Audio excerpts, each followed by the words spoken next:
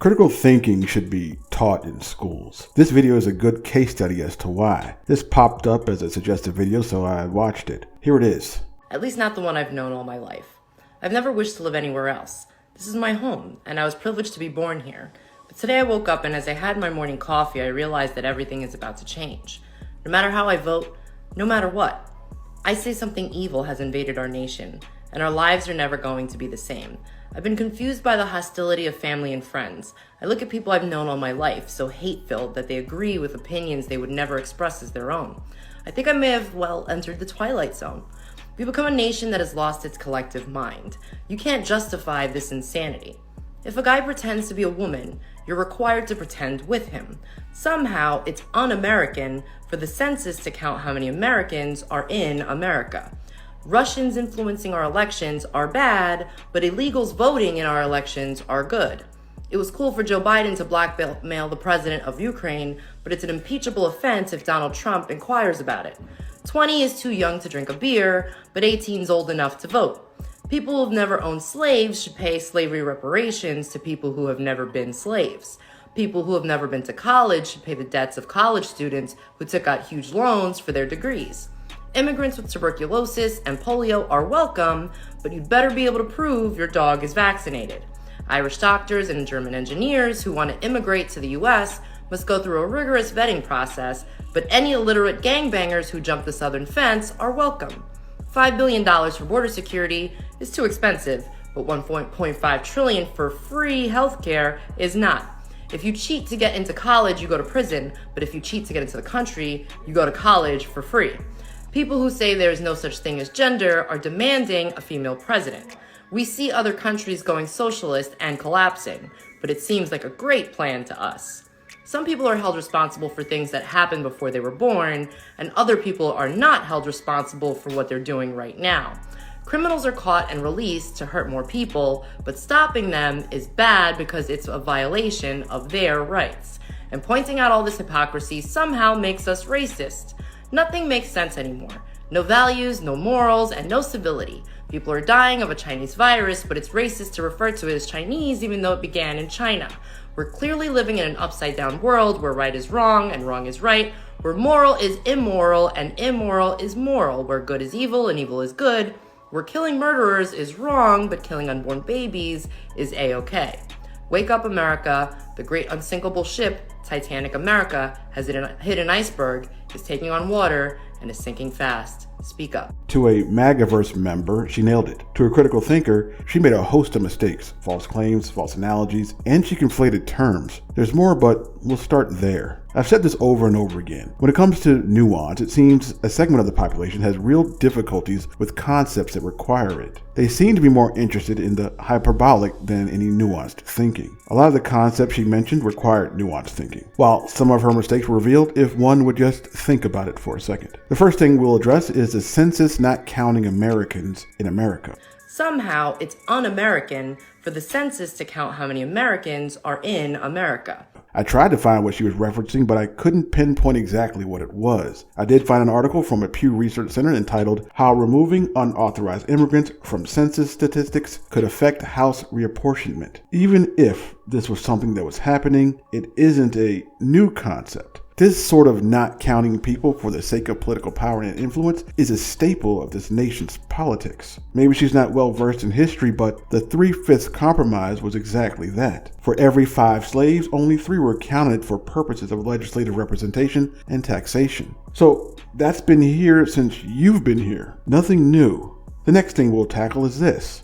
Russians influencing our elections are bad, but illegals voting in our elections are good. This is a false equivalence with a tad bit of conflation. Yes, if Russia was to interfere with U.S. elections, that is bad. However, illegals, as she put it, are not eligible to vote in any election in the U.S. What she might be referencing is that non-citizens can vote in some places for local elections only, never presidential elections, at least according to the US.gov section on who's permitted to vote. She's conflating non-citizen with, as she put it, an illegal voting.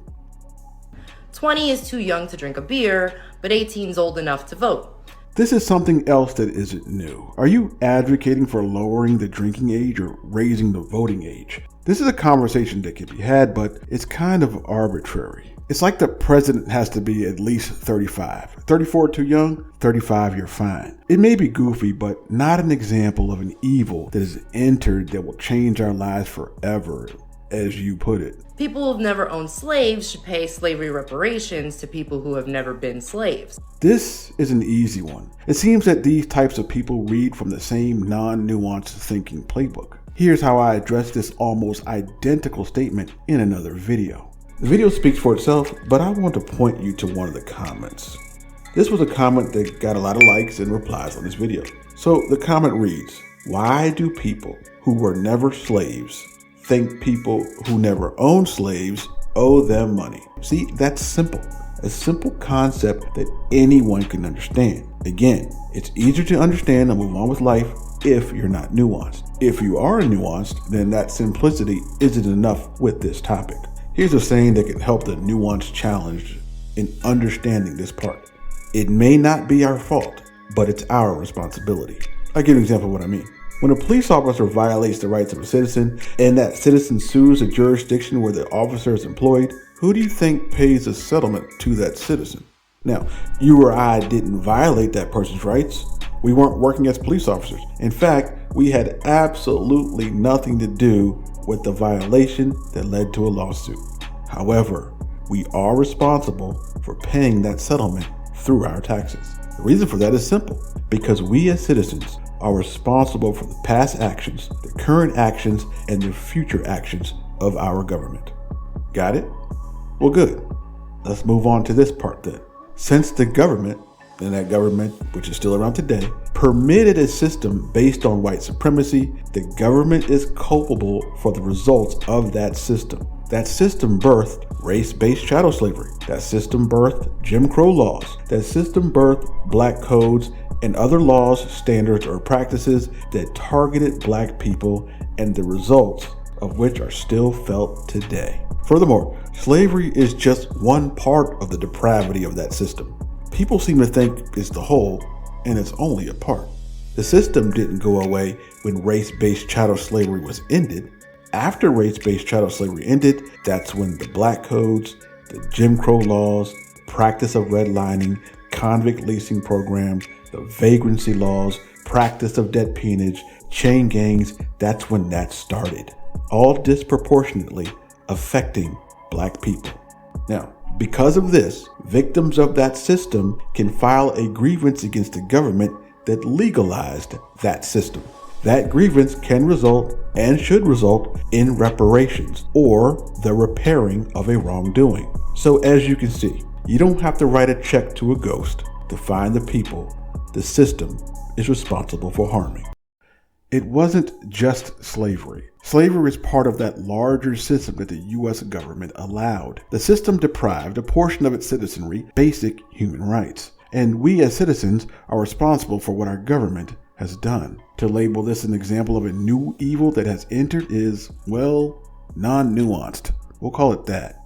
People who have never been to college should pay the debts of college students who took out huge loans for their degrees. This is another example of just not thinking about what you're saying. I could make the same argument, and it will sound as silly to you as yours does to me. For example, let's say I made an effort not to have any kids. I took all the necessary precautions, I was careful, and I never had any kids. Should I then be required to pay my hard-earned money in the form of taxes that go to schools for other people's kids? Hopefully, we can all agree that this is dumb. The fact is, we pay taxes, and it goes to things we sometimes agree with and sometimes we don't agree with. It's something we're going to have to get over. Irish doctors and German engineers who want to immigrate to the U.S. must go through a rigorous vetting process, but any illiterate gangbangers who jump the southern fence are welcome. Any illiterate gangbanger who jumps the southern fence are welcomed?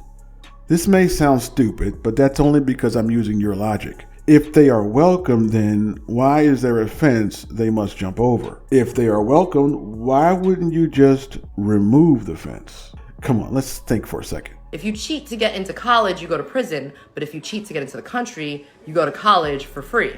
Free college?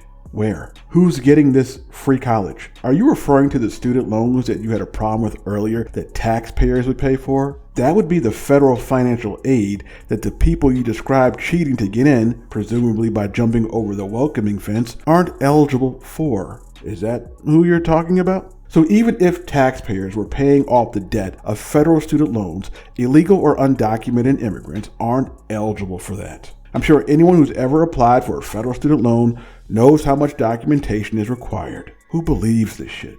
People who say there is no such thing as gender are demanding a female president.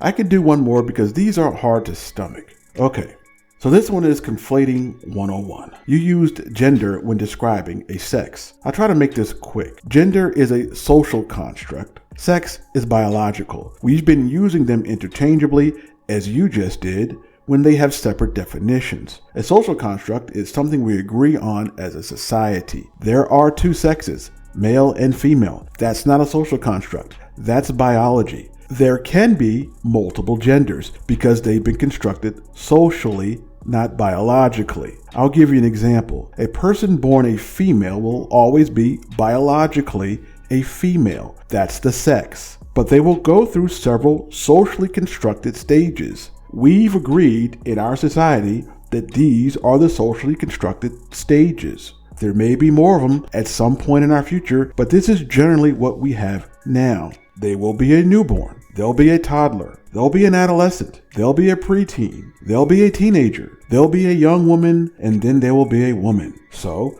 biologically, there's no such thing as a preteen. We've ascribed attributes to physical biological developments and call that preteen. That's an example of a social construct. This may be difficult because it requires a little bit of thinking, but the takeaway is sex and gender have two separate definitions that the nuance challenged continue to use interchangeably. If you stop that, you may understand this better. Usually when somebody says stupid things that can easily be shown to be stupid, I don't bother. What I do bother with is the responses from people. So read what this one guy said. Wow, just wow, unbelievably said. I would vote for you to lead this country in a heartbeat. While I know this group tends to use hyperbole, you have to take him for what he says. I had to respond. There was one thing I agree with the lady in the video about, and that is, we're clearly living in an upside down world. I couldn't have said it better myself.